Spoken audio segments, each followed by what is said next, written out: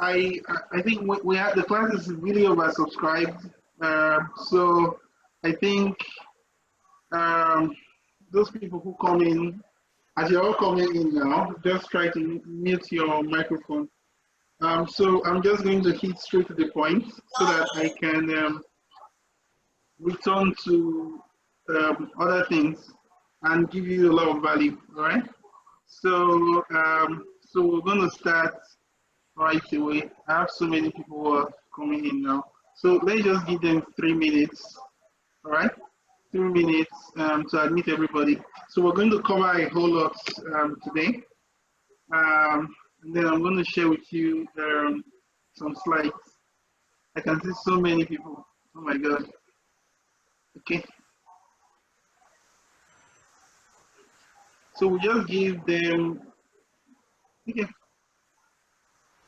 I have to be admitting everyone one by one. Let me see if I can change that on my settings.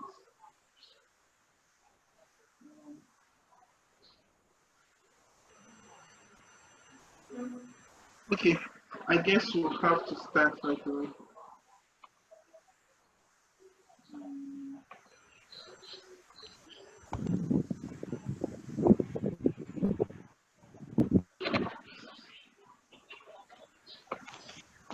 Okay, good.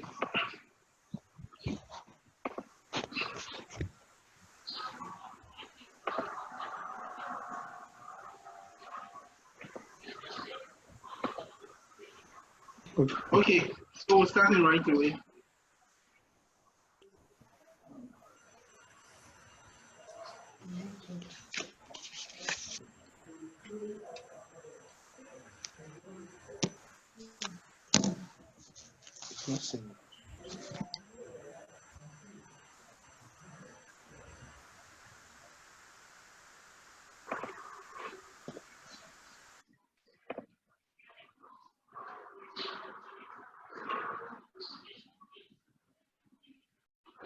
Okay, good. Welcome to today's class. I'm going to put this on presentation. Okay, go. Yeah. Good. Just hold on. Yeah, so this is it.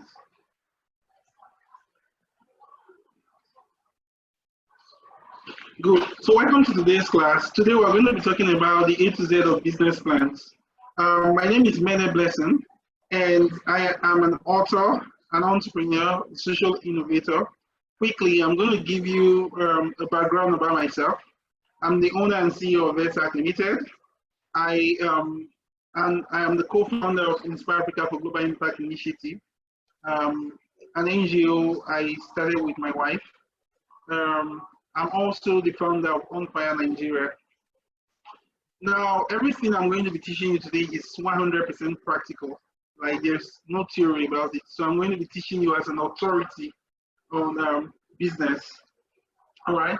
Now, in the course of my work, not only have I started my own businesses as a serial entrepreneur, I've also successfully won business plan competitions, you know, and a number of international awards. So these are just some of the awards I won.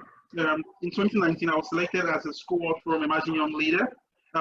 In 2018, I was the only team. My team won the Google Impact Challenge Public Choice Prize winner. There was only one winner in Nigeria, and that was my team. And I was responsible for that success. In 2017, I won the Unleash Innovation Lab Gold Prize at a Dragons Den event. So some of you have watched the Dragons Den. So I was part of Dragons Den, and I won the Gold Prize for food. In 2018, I was selected as a Moonshot Fellow by an organization called Makina College. I'm also an Ashoka Fellow, a Young Laureate of the International Youth Foundation.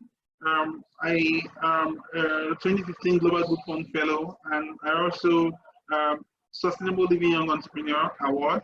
I'm also a fellow of the Social Entrepreneurs Transforming Africa Fellowship by Makerere University, Uganda.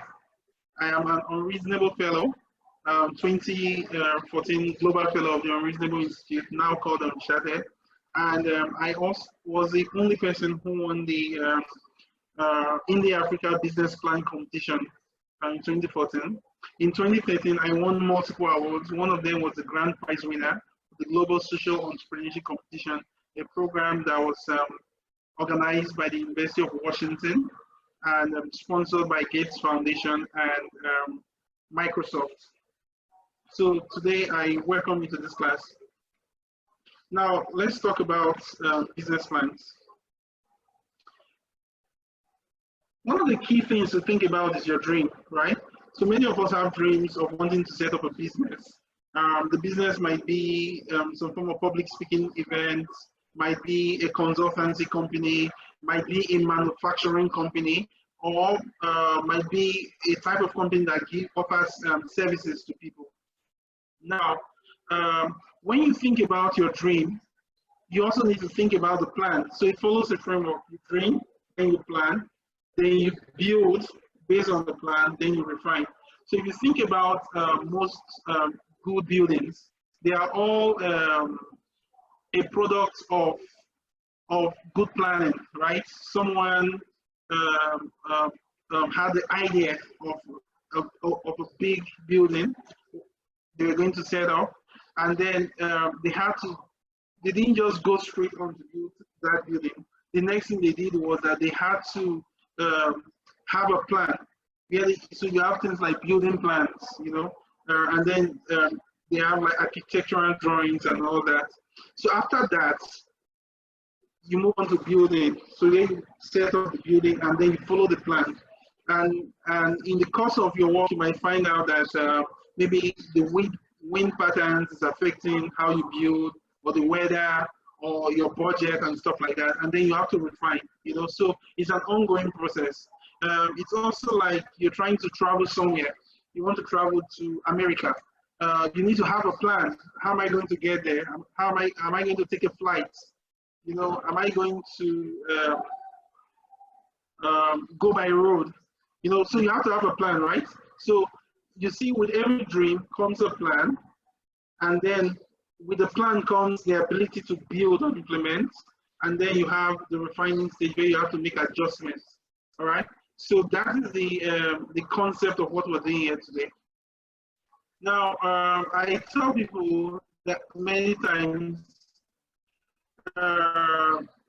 that in order to understand any concept, you have to first understand the definition of that concept. So I would like to explore two key definitions of what a business is. The first is this. What is a business? For me, a business is any set of activities that captures value repeatedly for a customer in exchange for an income. So there has to be a set of activities or a portfolio of activities well organized. And then the idea is that those activities would capture value, you know, repeatedly, not once, but repeatedly for customers. So which means there has to be someone who's willing to pay or give you money in exchange for the value that you're creating. So whether you're buying a laptop or a smartphone, or you're paying for internet, whatever you're doing, you're just trying to provide value or capture value for someone who happens to be your customer. All right.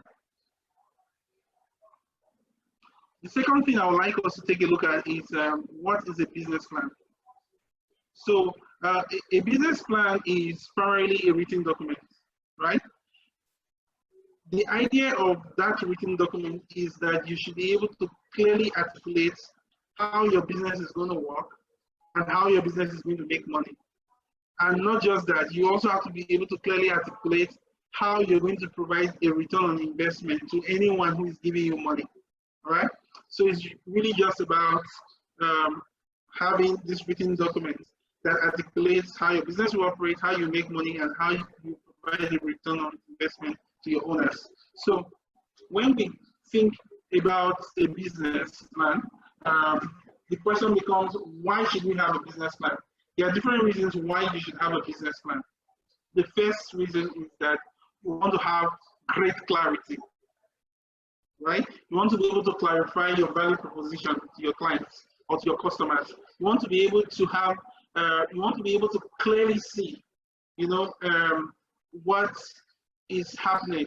You want to be able to clearly define the outcomes of your business. You want to be able to clearly understand the markets you're operating in or trying to operate in, you know, and so your business plan serves as a document that provides you clarity. Now, in the night, you might be in the house, right, in your room or somewhere else, and maybe there's no lights in your room.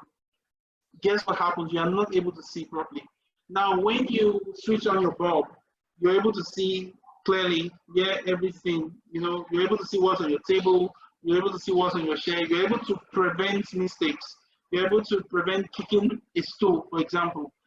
That is the purpose of clarity. Clarity helps you see clearly.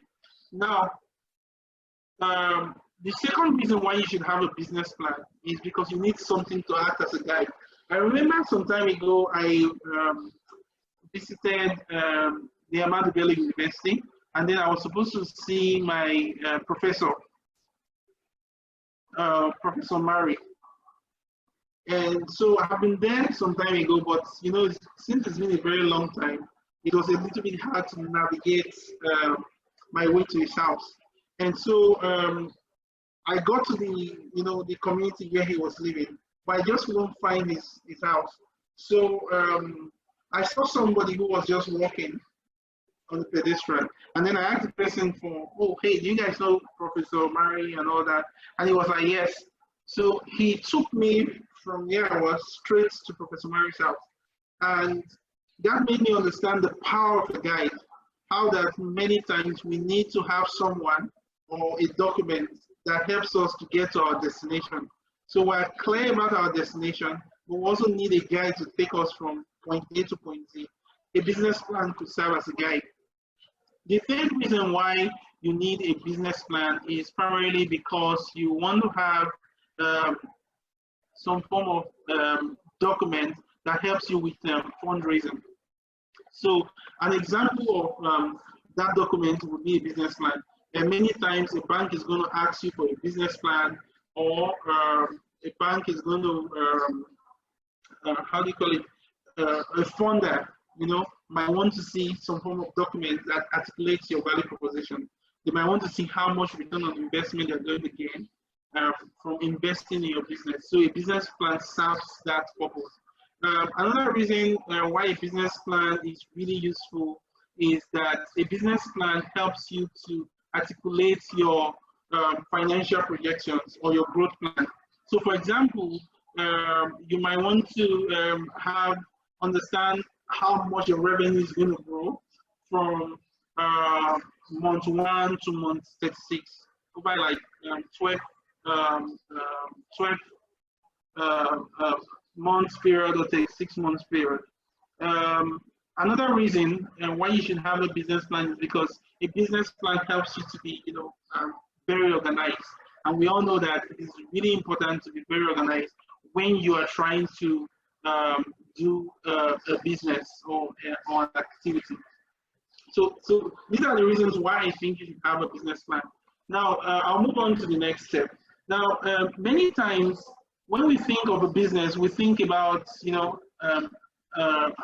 our business plan as some form of Superman that helps us to gain clarity, that helps us to be a guide, that helps us to raise the kind of money we need to raise for our business. And because we have this you know, concept of our business plan being a perfect document like Superman, you know, I just thought that using Superman would be a very good example, would really help you understand what a business plan is all about.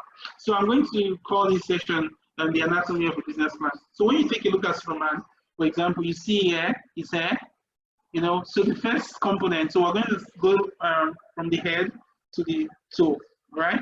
So the first thing you see here is the hair. Now this is your executive summary. So your executive summary is like a one-page, the first page of every business plan. It is what people see. And you know, most times, if you don't have a good haircut, nobody wants to talk to you. Like people are just going to walk away from you, right? And that's because you have a poor haircut. So when you take a look at Stroman, you see he's very well dressed. So your executive summary needs to look as good as Stroman said. You know, it needs to be well articulated. But usually it's like the last thing you write after writing your business plan. Your executive summary and your company description. So your company description is like the neck of your business plan. It helps us understand the direction of your business plan, all right? Now, when you talk about, I'll come back to the executive summary at the end of the presentation. Now, I'm going to also be using a case study. The case study is of a company called Max Business Limited. So it's just an imaginary company, all right? Not a real company. While we're using this company as a case study for our class today. Now, so in writing the business plan for Max Business Limited, I'm going to keep the executive summary as the last thing I'll write, all right? So I'm going to also describe my company after I've finished everything with the business plan, all right? Okay, so let's move on to the next thing. Now, the next component of your business plan is the problem. The part we call the problem. So the problem is like the ear of the business plan. It helps us understand if you really understand, you're listening to the market, you're listening to your customers, right? Now, for Max Business Limited, the problem the company is trying to solve is a problem of bad breaths caused by infrequent cleaning of mouth. All right, that's what the company is trying to. That's the problem the company says it's trying to solve. Now, the market opportunity for this problem is 10 billion naira in revenue. So when you're describing your business plan, you need to be able to clearly. Yes, excuse me.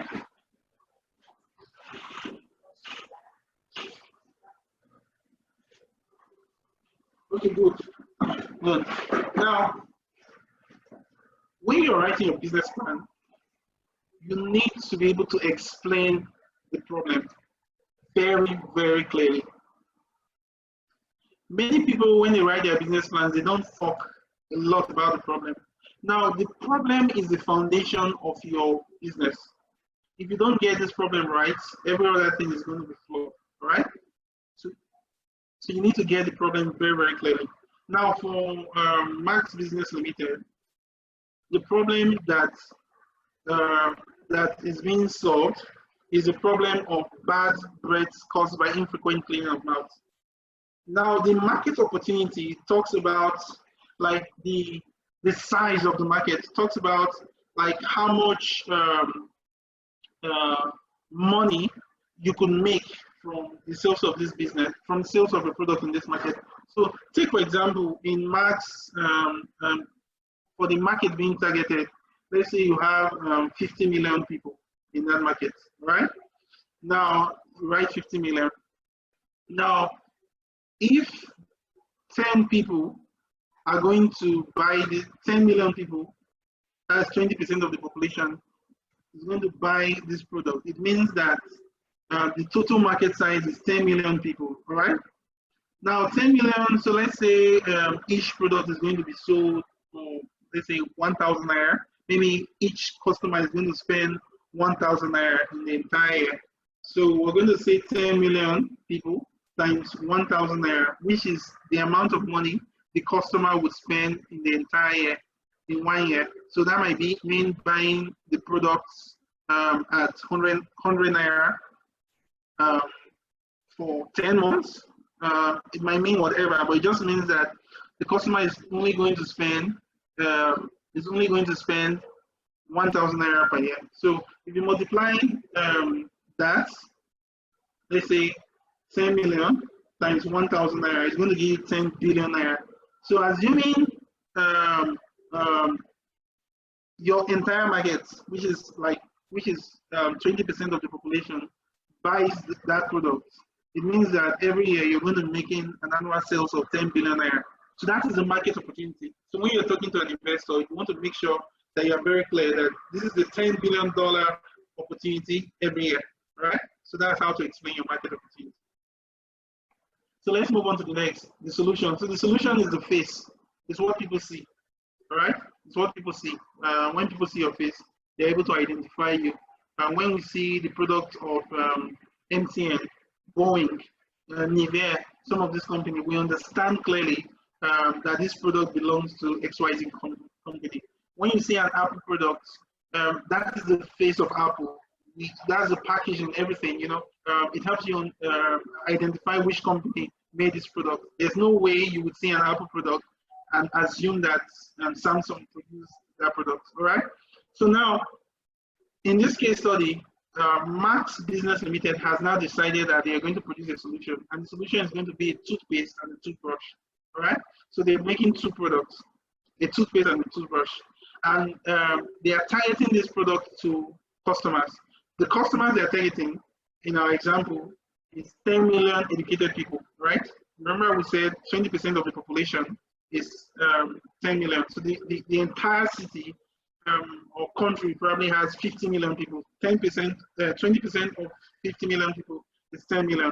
So Max Business Limited is targeting 10 million educated people.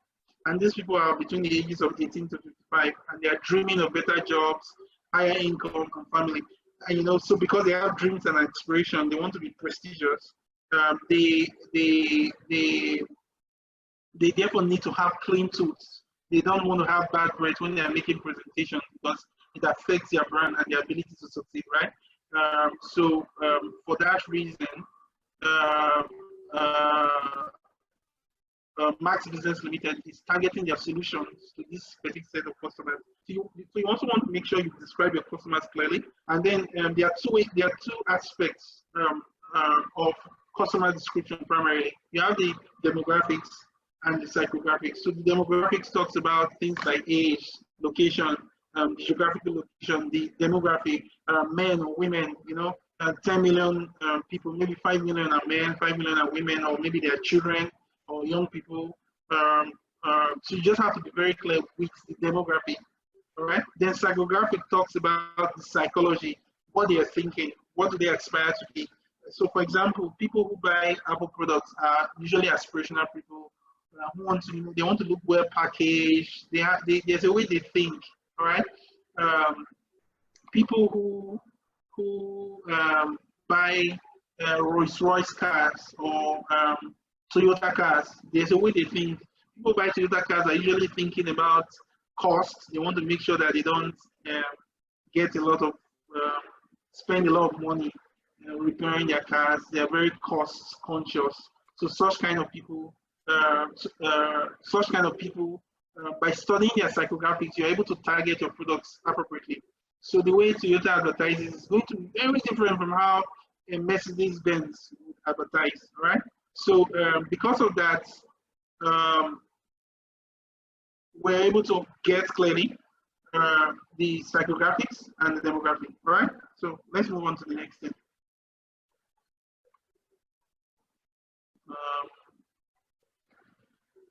The next aspect is the hands. So I call sales and marketing the hands of the business, all right? So in our example, Max Business Limited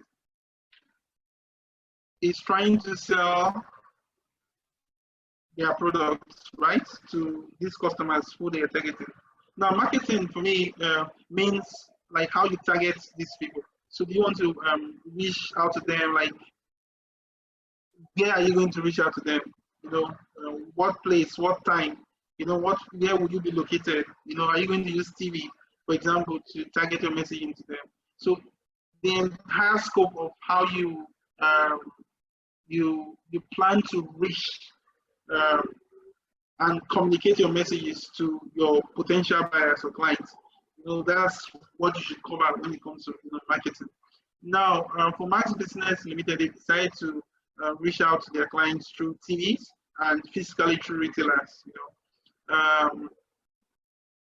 know,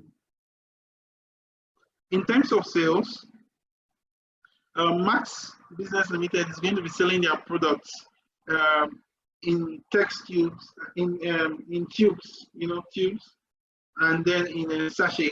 So they're going to have two types of their products. They're going to have tubes, they're going to have sachet. So if you look at especially phone companies, they tend to produce different versions of their products. And the reason for that is because they are targeting different customer groups or segments. So for example, if you take a look at Close Up, which is a very popular and successful brand by Unilever, you would observe that they have tubes, Close Up in tubes, they have Close Up in sachet. The sachet is targeting customer segments that really do not have a lot of money, to spend on buying. They don't have 500 naira to spend on a toothpaste, but they have 50 naira to spend on the sachet, right? So you have to like make sure that when you're building your products or you're writing a business plan, you have to clearly describe how you are segmenting the products in terms of sales to target different customer groups, all right? And then you also want to mention the pricing, like what the pricing strategy is. We're selling this product at 200 naira or $2 or whatever per unit to this customer segment. So a very good example of that would be, let's say, Apple. Apple would probably sell their laptops at 1 million naira or 1.5 million naira. Whereas HP will sell their laptop at 300,000 naira, like 5 times less, So that just tells you about how each company targets their market segments differently. All right. So these things are kind of like building blocks. They work together. There are different components of a business plan, but they all work together to form a cohesive Superman or a super business plan. All right. So let's move on to the next aspect of a business plan. So when you think of a business plan, you want to make sure you mention your team. So there's a segment of a business plan called team, management, and board. So how many of you have watched the Avengers? If you recall very well, I don't know how many of you have watched Avengers. If you haven't watched it, please go and watch it. All right. If you recall, I think it was on the last episode of the Avengers. You would see different people, right? You see Supergirl, Superwoman. You get to see the guys from Guardians of the Galaxy. You get to see the people from Wakanda, Black Panther, and all that. Now, these people all contributed together, as a team to defeat Thanos. Okay.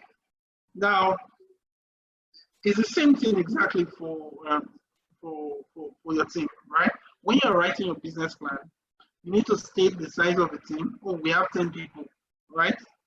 And you need to then mention each person and their skill. You have to mention Captain America, for example. Captain America is the COO, Chief Operating Officer of this company, and this is a skill. He has the ability to run XYZ. He has, and this is his education. He studied at the Ahmadu Bello University. Has 10 years experience working on marketing projects, leading operations at MTN or at some multinational companies. So you must be able to highlight the skills, the educational background of your each team member, and most likely anything they have achieved in their past work, like significant achievements. For example, if you're writing about your CFO, you might also be able to state my CFO, Mrs. John Smith. Mrs. John Smith studied at Cambridge University, graduated with first class. She spent 5 years working at United Bank of Africa, where she led financial controls. She also served 4 years as the CFO for Smile Limited. She during her time as CFO, she was able to manage a 50 billion naira annual budget. She was able to ensure good financial control. Now you just need to mention significant achievements, of your company, of each of your team member. So that your team ends up looking like the Avengers. Like at the end of the day, your investor wants to give you money. And after the problem and the solution, the team is most likely, in my opinion, one of the most important components of a business plan, because many times a very good or savvy investor would invest in a team, not just the idea. So if you have a great idea, great business, great solution, you understand everything, but you are a terrible person and your team is a terrible team, or they are not experienced, it's most likely that you will not get from there, right? So, like, I mean, there are no shortcuts. There has to be a very good team, right? So, because the team, so you can imagine a human body without the trunk, without the chest, without the heart, without the lungs, without the stomach. I mean, that body is going nowhere. So that's why the arrow is pointing to the body. So the team is the body of every business plan, all right? And business. Okay. So we'll move on to the legs of the business. The legs of the business refers to what I will call your ask, your financial ask, your growth plan, and your financial projections. Honestly, many times, many people don't even ask in their business plan. They don't state clearly, oh, we need 50 million naira or 10 million naira for our business. There's no clear ask. And many times people don't state clearly their growth plan. So in your business plan, you have to state a growth plan. Usually it takes the form of a curve or a graph, how you're going to grow from, so let's use our case study, Max Business Limited. Max Business Limited is requesting 200 million naira investment as a loan, payable in 3 years at 15% per annum, 15% interest per annum. Or you could state that you are requesting 200 million naira in exchange for 40% equity. Right? Now, a combination of this ask is what leads to a very clear cut ask. Your financial projection would include your things like your income statement,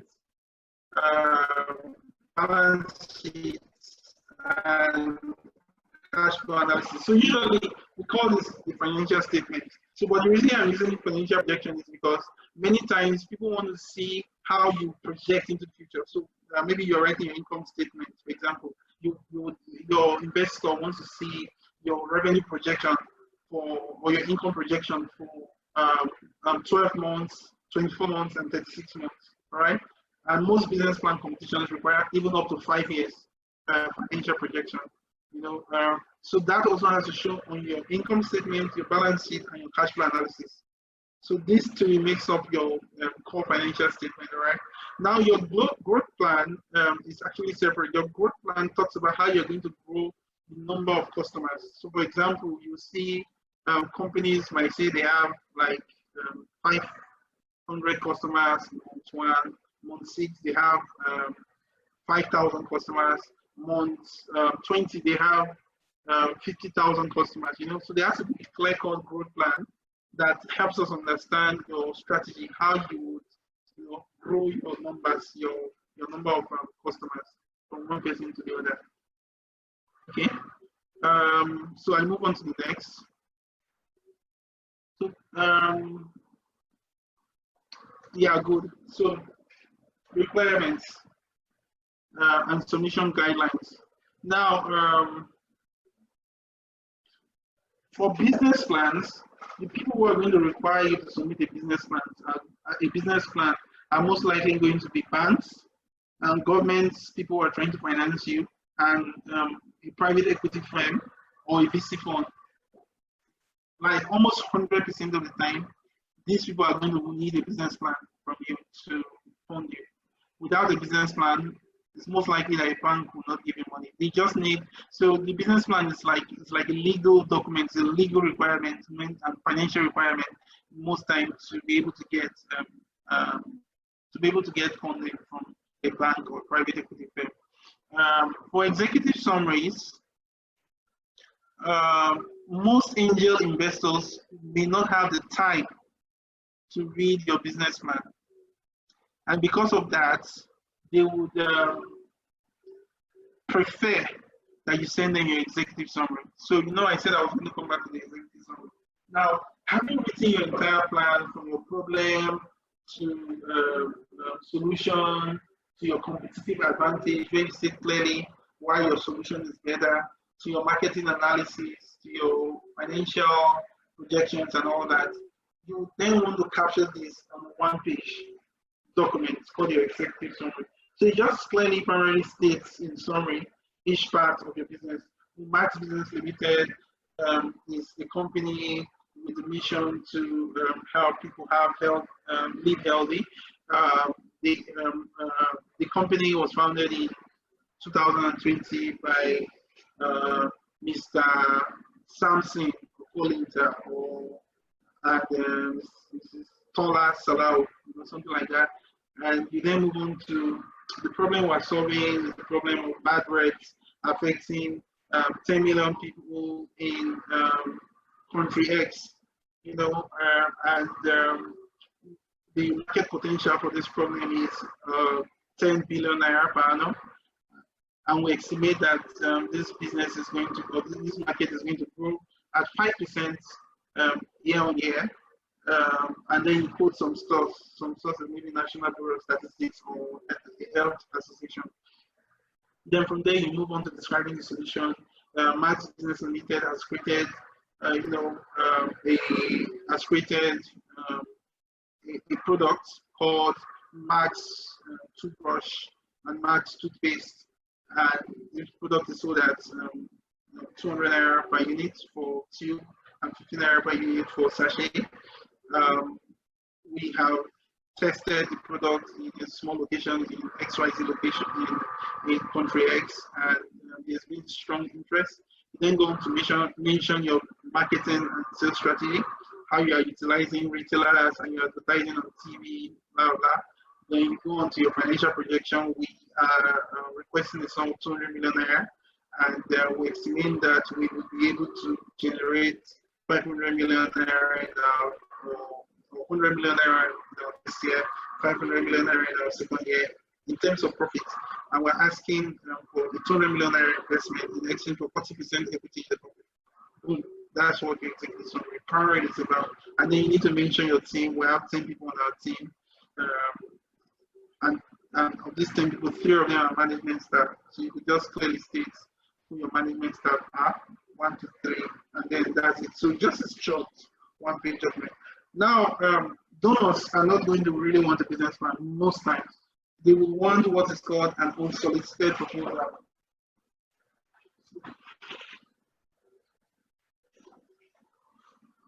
They want an unsolicited proposal. Now, this unsolicited proposal, they would most likely have a call for application or a request for proposal. And so most times people would apply, they would just apply. So, so we're not talking about proposals now. We'll have a different conversation about that. We just want to focus on business plans and executive summaries. Now, there are examples of business plan competitions in Nigeria and abroad. One of them is RISE Business Plan Competition. There they give over $1.5 million in cash and prizes.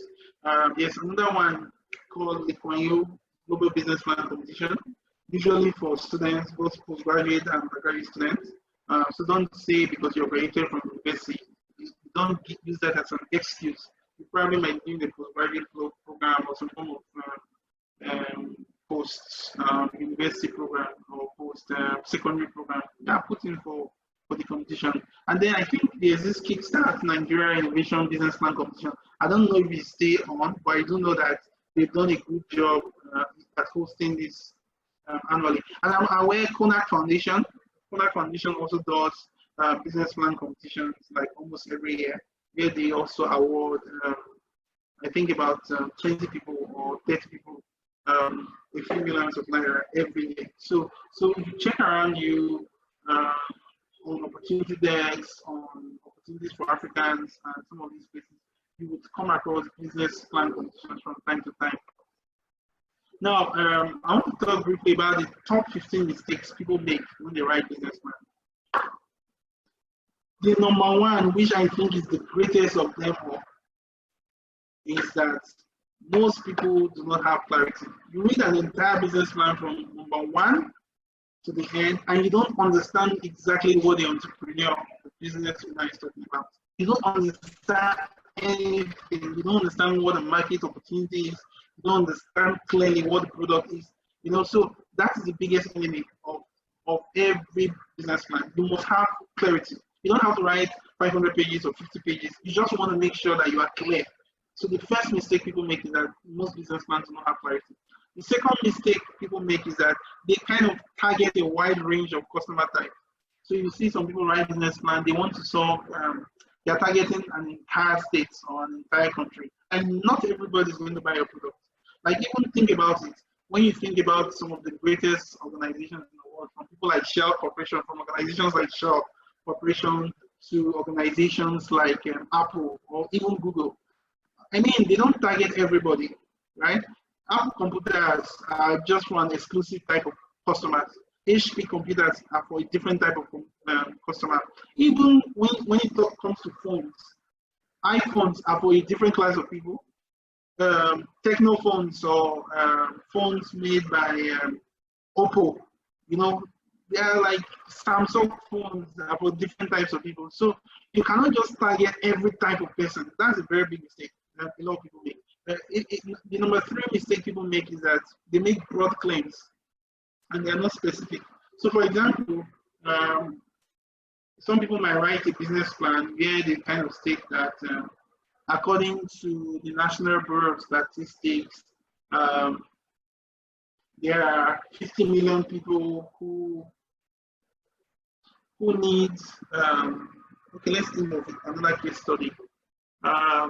Let's pick a company now.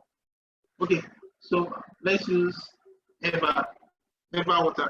Okay, so some people, let's say you're trying to write a business plan for production of water and compete with Eva Water. So some people are going to say in Nigeria, 80 million people lack access to clean water. Like, that's such a wide claim. Like, it's a very wide claim. So if you say 80 million people do not have access to clean water, does that mean that people are dying every day? So there's no clarity, so that claim is too big. What would have been useful would have been that you stated clearly that in Lagos houses 20 million people. Of these 20 million people, right, maybe, excuse me. So of these 20 million people, so maybe 1 million people consume bottled water. Yeah? Of these 1 million people who consume bottled water, maybe you say 50,000 of them do not have regular access to bottled water. Now you're talking, now your business plan is more believable, right? So it's not as broad. So you're actually targeting 50,000 people in Lagos State. That's it. And those people probably are located in Lekki or Asia or somewhere, right? So that business plan is more credible than someone who says 80 million Nigerians don't have water and therefore you're trying to manufacture clean water, so that's what I mean by number three. Number four mistakes people make is that sometimes you read a business plan and the business plan is talking about problem A and the solution they are proposing is problem Z. They are not related in any way, so you need to make sure that your business plan, that the solution you are proposing directly solves the problem. And this is like one of the most common mistakes you see. In fact, many times when businesses don't succeed, this is the problem they have. The solution that was crafted it's either the person did not understand the problem or they did not craft a solution that actually solved the problem. All right. Number five mistake people make: poor understanding of the market. This is really very common. Most people do not take time to understand the market. And one of the people I'm very proud of happens to be my wife. Cynthia. She's working on something right now, a project, and I just love what she's doing. She's spending time speaking to tens of companies, like a lot of companies, a lot of people. I think they probably would have done about 100 interviews so far. That is what people need to do to really understand the market. Like, you just can't propose a solution without understanding exactly what the market needs, right? So that's a very common problem we see. The number six mistake is that people use a weak team. So that this Nigerians could be very, not just Nigerians, a lot of people do it. And you add your father, your mother, your brother, your sister, your roommate, your church member, or your friend in the mosque, or something. Just add them to your business plan without considering if they have the skill, the achievements, the qualifications necessary to work for you. And that's the problem. And don't forget, nobody's going to give you money without going through your team. Your team is really important. All right. The number seven mistake people make is that their team is not diverse. So you have a team, everybody's a man. There's no woman on the team. So there needs to be some form of diversity with regards to the team. Everybody cannot finish from one university. There has to be some diversity, some variety, creativity with the team. And then number eight mistake people make is typos. You read some business plan, capital letter is in the wrong spot, no full stops, no commas, sentences are not properly constructed, the business plan is not properly formatted. Like so many mistakes that just shows that this person is not serious with actually running a business. The number nine mistake people make is they use jargons, big grammar. The person who is funding you is most likely not going to be an expert in your field. So you want to make sure that when you're writing your business plan, you want to at least use clear statements that anyone would be able to read and understand. If you give it to a teenager, they will be able to read it and comprehend. Some people's business plan are not lively. It's just like you're reading like some form of academic documents. Extremely boring, no pictures, no graphics. Just text. 10 or 20 or 50 pages of text from beginning to end as though you're writing a PhD thesis. That's unfair to your founder, and to yourself, because you actually need the money to start or grow your business. Number 11 mistakes people make with writing business plans is that they overestimate the size of the market. So which brings me back to the other number 3 about broad claims. So sometimes some people, you know in your heart of hearts that only 50,000 people in Lagos needs your product. Instead, you abandon that truth or that fact, and then you start claiming that there are 20 million people in Lagos who need your product, or 200 million Nigerians who need your product. That's a very big mistake. Like, immediately you hear an entrepreneur or you see that in a business plan, you know that this guy does not know what to say. You understand? And it's a sign of naivety or immaturity for you to overestimate the size of your market. I mean, one of my mentors happens to be David DeLucia. Dave only has 10 clients, 10 potential clients for his business in the entire world. I know when he said it, I was like blown away. Like, he said, there are only 10 people, 10 companies in the world that can buy my products. And I know that how many of us would feel comfortable stating that in Nigeria, there are only 20 potential customers for my business, So we just need to be very careful when you're writing your business plan. Don't try to blow up your numbers, because it really doesn't help you. Number 12 mistake people make is they do not incorporate design thinking in product development. So, and this is something that I would say probably I've been guilty of in the past, which is that many times we just come up with this creative idea of revelation, and then we immediately want to convert it to a business, right? Sometimes you just need to refine the idea and take it through a process, right? Take it through a design thinking process. Listen to your customers, get feedback from them, incorporate it. This is what makes a very good business plan, because when you're writing the business plan, it feels alive, because you've incorporated the feedback of customers, you've refined the products, properly, you refine the services properly, and now when you write the plan, when an expert goes through it, they know that this person knows exactly what they're saying.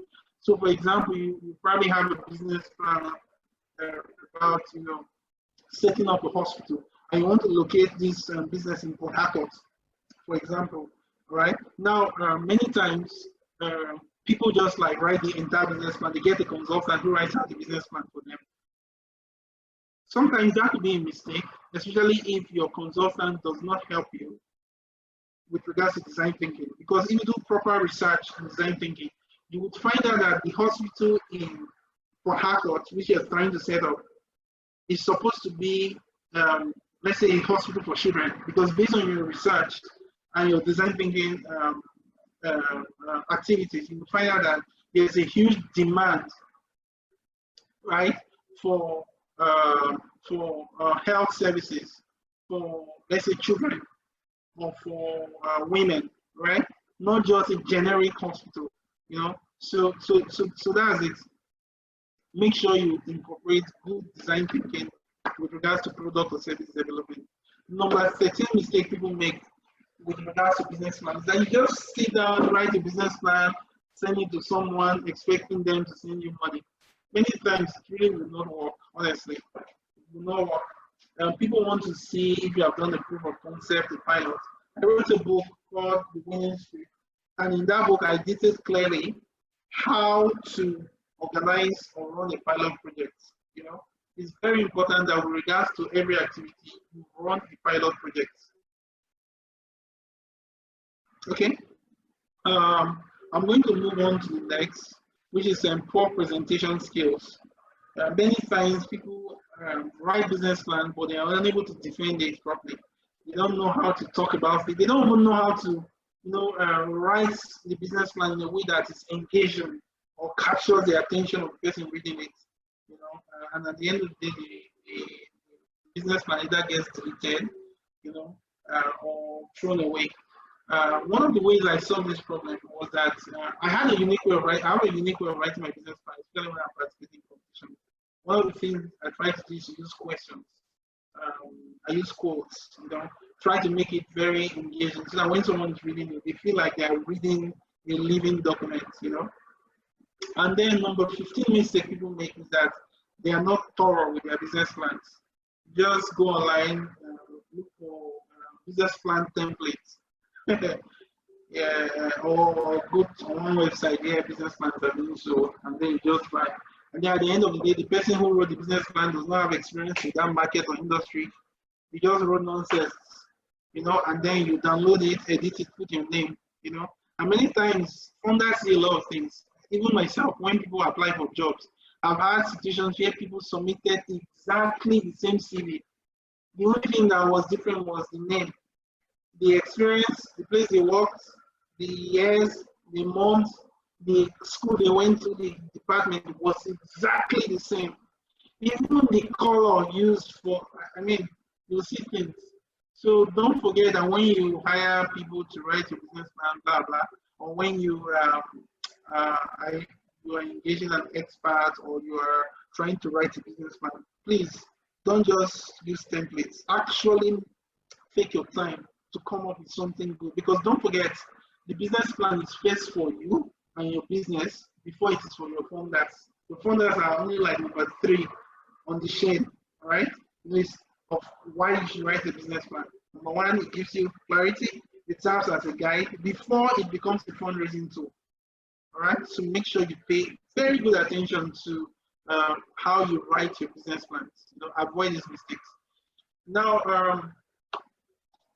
that's the end of this class. I'm going to take questions, but I want to just state clearly.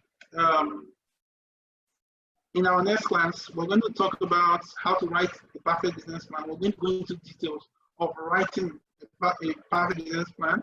We're going to explore how to make money writing business plans for companies. So if you want to position yourself as some form of consultant, or so, I know some of you are already doing that already. Some of you are here. Dio, I think Dio is here. Dio runs one of the top platforms in the country right now for business plans. I think Samuel, Wenger, I know some of you already do that on your own, but you might want to consider a more coordinated approach to actually writing a detailed business plan that people can take to corporations to raise money, you know, and really call yourself an expert. Um, um, we're also going to look at how to review or judge a business plan. So how do you check if this business plan is worth funding? Or how do you write a business plan that will win a competition? You know, that's what we'll look at next class. Then we would also look at how to win business plan competitions. I've won a number of them in Nigeria and abroad. I even forgot to mention I won Professor Patutomi business plan competition. I don't know why that skipped. There are some awards I won that are not on my CV. So I won a number of them. So there's a way to go about it if you are trying to win.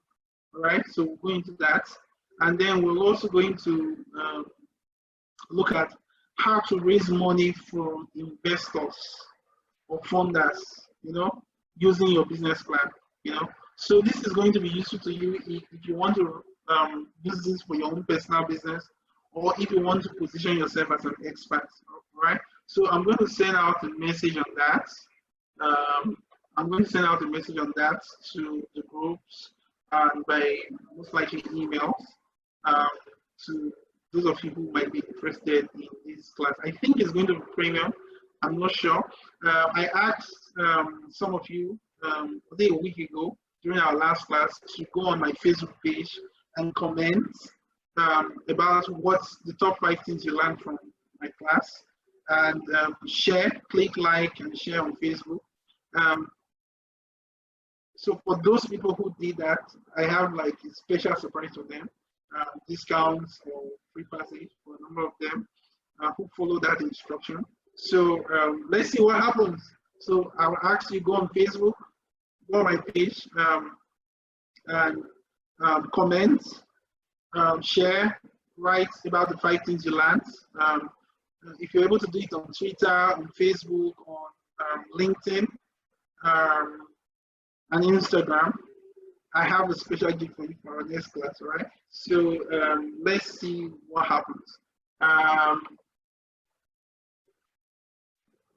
So this is my LinkedIn page, meneblessing.com. Mene Blessing. Find me on LinkedIn. I'll be very happy to connect with you. I'm also on Facebook. This is my Facebook page, Facebook at Mene BLE. My Twitter handle is at MBRS. You could also send me an email at iconofexcellence.com. All right. So I would like to take questions. If you wish to ask questions, you just type. Let's see. Could you, if you want to ask questions, maybe you could raise your hands or just type. I would like if you could type. Oh, I can see 40 chats here. Okay. So if you have questions, please just put it on the chat. On the chat. Okay, someone is asking, okay, is there a maximum word count for an executive summary? So I would say for an executive summary, usually, preferably 1 page. I could share maybe, I think that's supposed to be part of the next slide. I could share some really standard ones you could use, accepted anywhere in the world. So that would be it. So let me take another question. How do I get the financial projection for startups? Yeah, so how do you get the financial projection? So the question is not very clear, but I would assume that, so let's do a case study.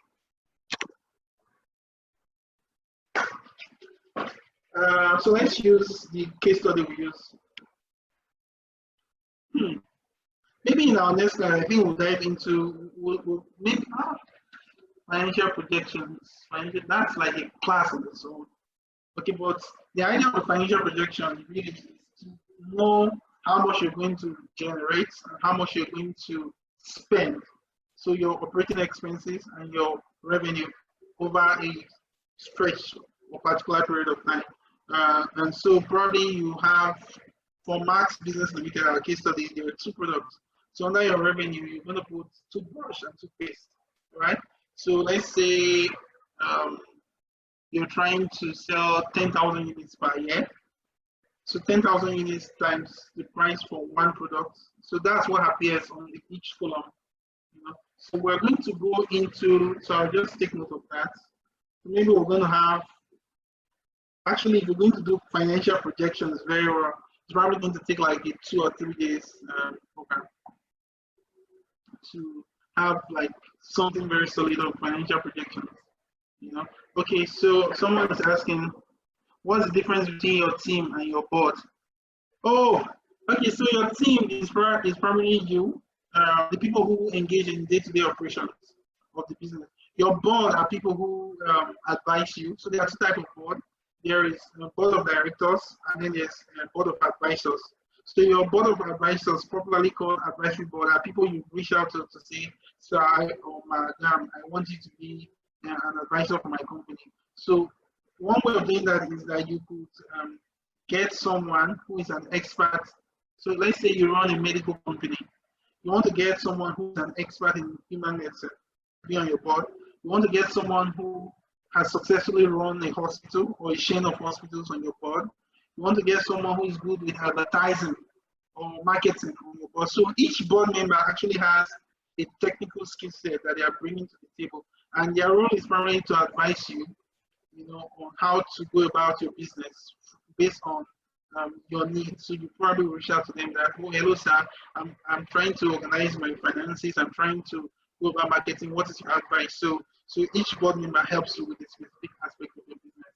Now, with regards to your team member, these are people who are engaged in your day-to-day activities, from your CFO to your COO, Chief Operating Officer, to your Finance Officer, to your Human Resource Officer, to your Administrative Assistant. You know, those are your team. Yeah. And then your Board of Directors are people. So when you're registering the company with CAC, they are going to ask you for who's your directors. So the director might be you and your wife, or you and your brother, you and your co-founder, whatever. So those would be the directors, board of directors. You understand? Which is different from board of advisors. Okay. We have another question here. Someone says, how possible is it if it's your first time writing a business plan? Can you become an expert? That's a very good question. So the first time, no. The first time, no. However, I think it was my second business plan. My second business plan was the one that actually succeeded and actually won me the number of awards. So the first time, no, but probably your second or third time, yes. Especially if you write a good one, a very good one. I mean, I've written business plans that even MBA students from the US saw, and they were like very surprised, like how I was able to put that together. But it's very sophisticated. In fact, I had an MBA student who who now works for the World Bank, IFC, who saw a business plan I did and told me that he was so shocked because he himself had hired someone to write a business plan for him. You know, so it happens. Another question here is, what is your take on the use of templates to avoid duplication? Yeah, good question. My take is that the purpose of templates is just to give you a guide. So there are different ways of structuring like 10,000 ways of structuring your business plan, right? Executive summary, company description, the problem, the market opportunity, solution, and all that. That is the purpose of a template. And then you can read sample business plans to see how people articulated, but you don't want to like duplicate, right? Because you don't know where that is getting to, and many times you could just see exactly what you use. And that's the danger of using online templates. And many of them will never be sophisticated, you know. And so take for example, right? You are writing your work, and then you're writing essay in your English. So imagine if I published my own essay, right, online, how to market toothbrush online, and then 2 years later, you went in to write your own exam, and the examiner gave exactly that same question: write an essay on how to market toothbrush. And so you read my essay, and 10,000 other people read my essays. And maybe of these 10,000 people, 500 of them crammed, memorized my essay, and then they just dump the thing, and they change the name, they change some basic things like the location and all those things. Now imagine I am an examiner who is scoring the applications, and I just observed that 10 people, it looks exactly the same. So just like the fill in the blanks. You know, I'm going to know that, and I'm going to criticize you for your lack of creativity and authenticity, you know. So that's it. So that's what I would say. How can I make the estimate of for the growth curves? So for the growth curves is very easy. Let me show you. Hold on.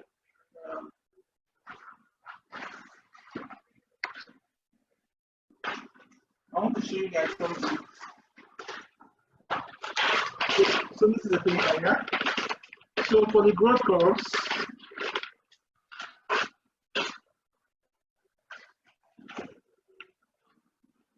so this is year one.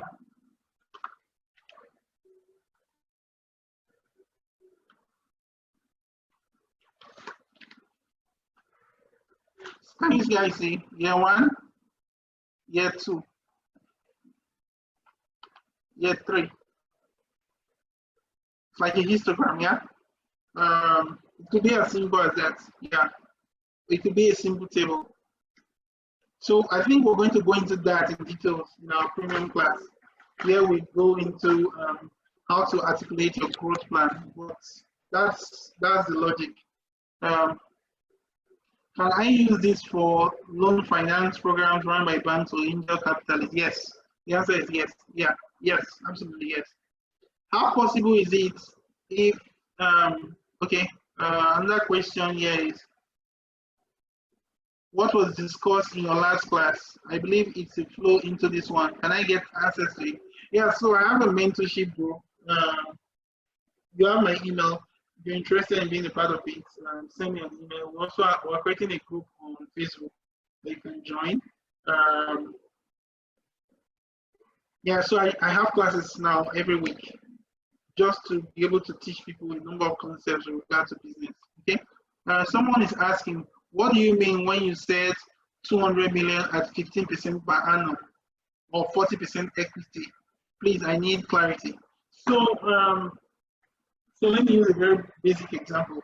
Imagine you apply to the CAC to register your business or your company.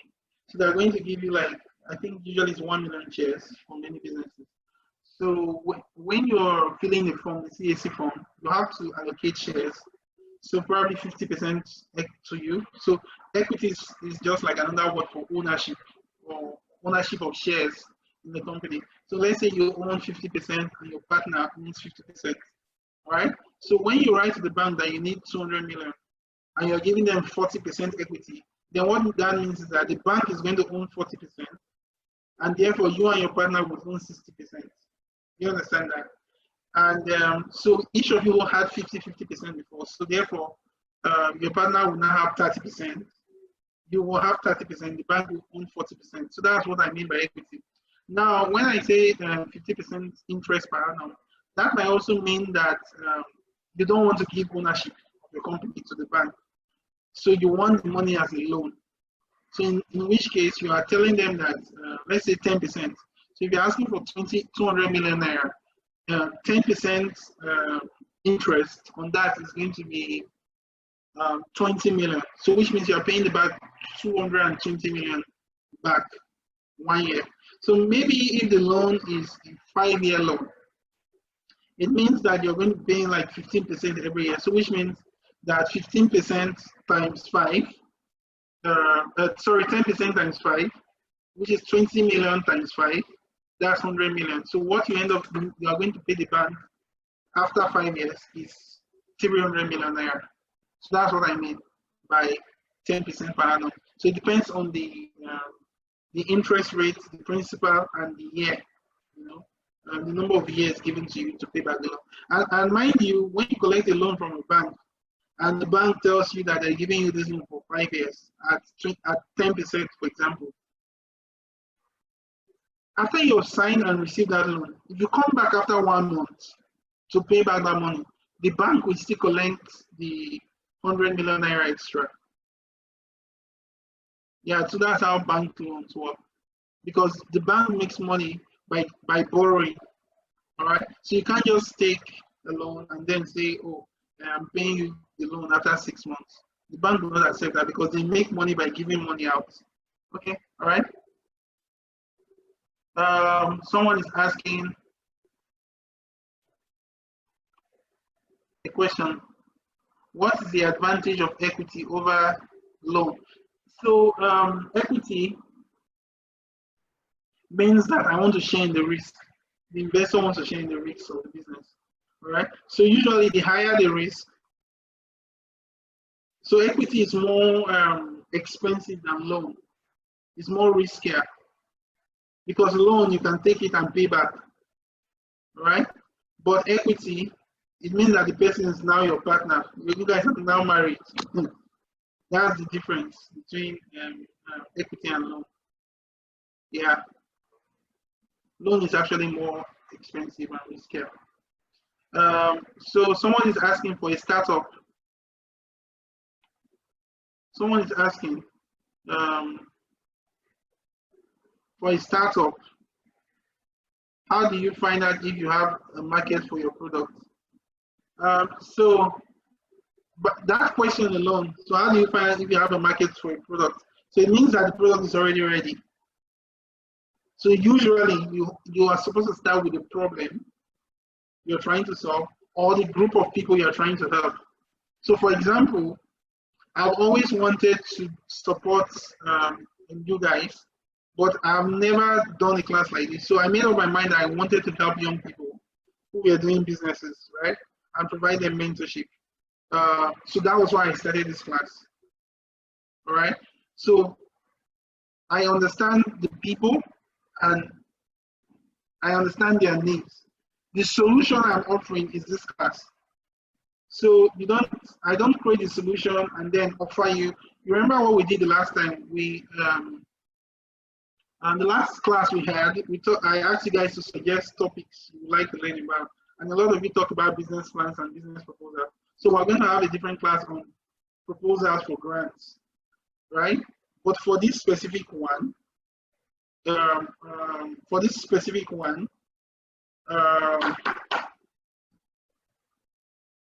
we're just focused on business plans. So you have to start with the people, with the problem before you move to the product, right? Not the other way around. Okay, good. Kindly explain design thinking with regards to services. So primarily design thinking is really about understanding people and interviewing them, experimenting your product or solution on them, and trying to figure out how to best serve people, modify your solutions so that it can have large scale distribution. And it takes time, okay? So design thinking is a class on its own. Sometimes we do 1 week workshops on design thinking alone. And guys, Dash, the founder of Startup Malaysia, one of the top entrepreneurs in Malaysia, has agreed to do a class on design thinking for you guys.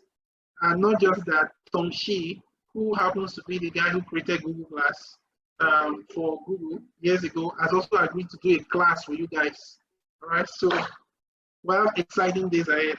All right, so you're going to learn from the master himself, Tom Shi. You're going to learn from Dash. And also, my wife, Cynthia, is an expert on design thinking. So you have like 3 people who teach you design thinking. You know, so be prepared for those of you who want to learn it. Okay, let's move on to the next question. How can I make the estimate for growth costs? Okay, we've attended to that. What's the difference between a VC business plan and normal investor plan? I will not. So most VC business plans are very, very excruciatingly detailed. I have a number of them, especially once you're trying to raise large capital. Then you have to be detailed. In fact, I have business plans with me where the client is trying to raise, let's say, $10 million and all those things. And they're trying to get a number of partners in Nigeria and all that. And we go as far as detailing, let's say you're trying to set up a factory, we go as far as detailing the actual factory. Like it's so very, very detailed, like very excruciatingly detailed. Yeah. So I have a number of those ones with me. You know. I don't know why. I think someone is interfering with.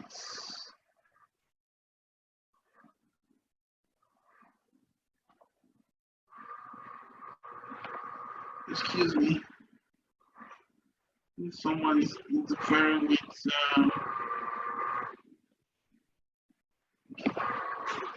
Okay, good.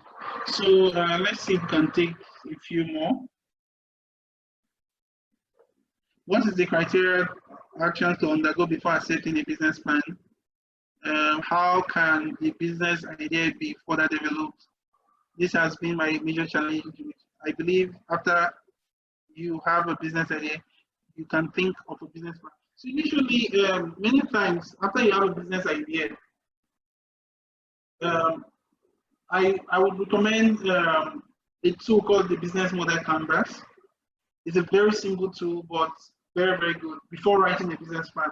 So I would recommend that, so that, because the Business Model Canvas helps to think in details about components of a business plan. So you could use that tool. We could address that if you guys want. We could talk about that briefly in our next class, right? I just have this guy who I think I'm going to have to. Um,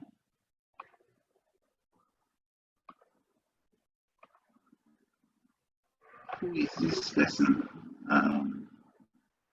I just have someone who is interfering. Please, guys, stop sharing, eh? Let me see.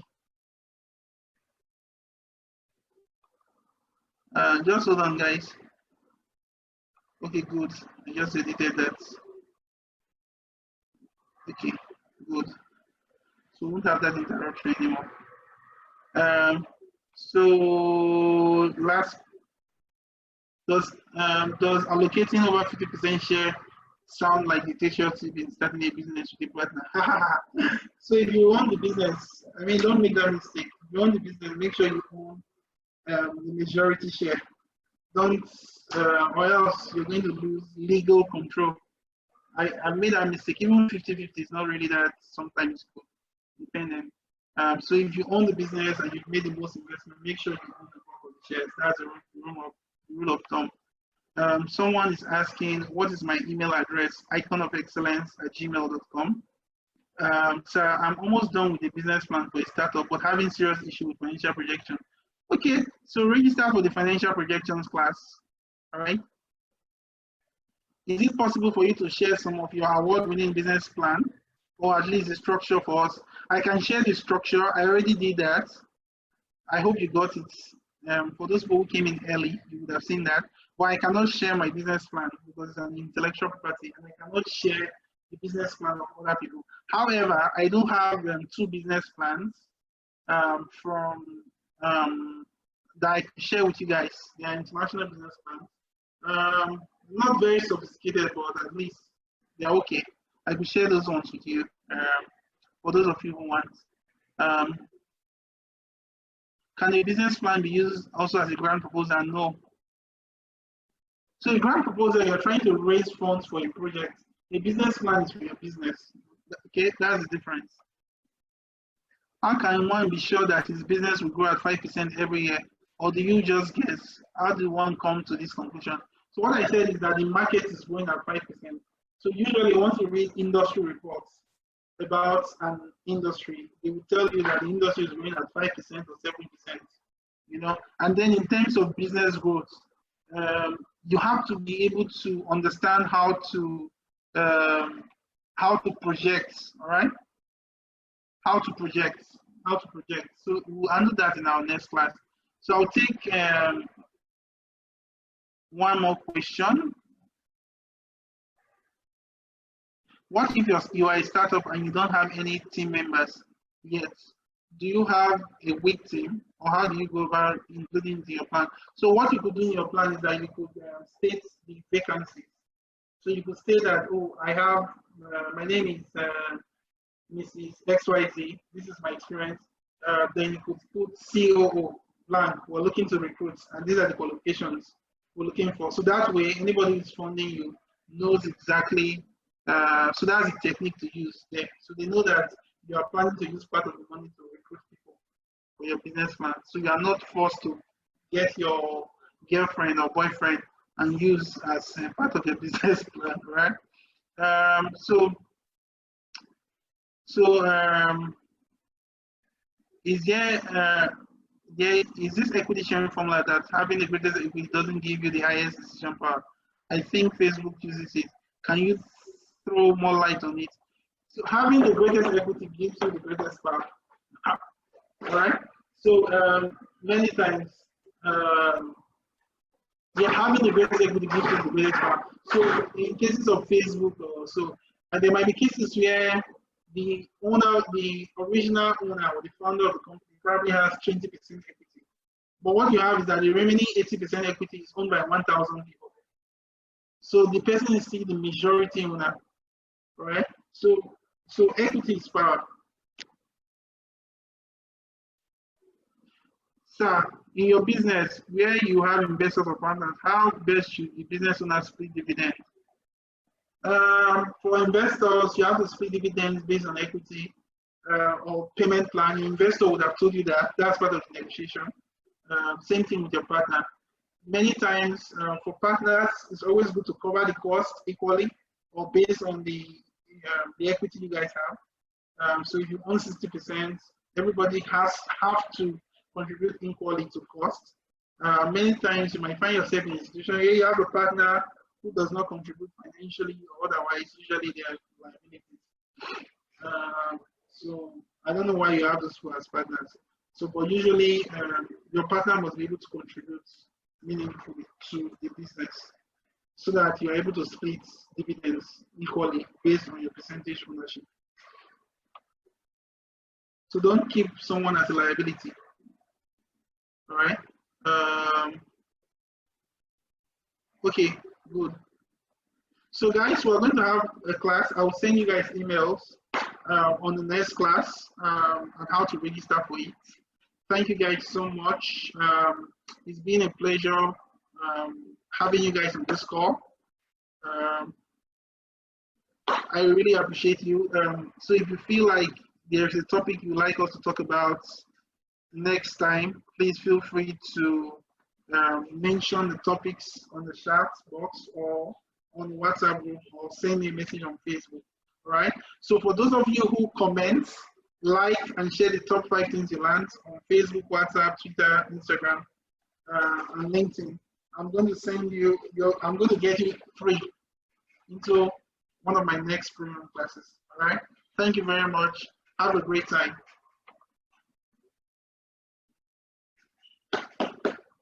Thank you.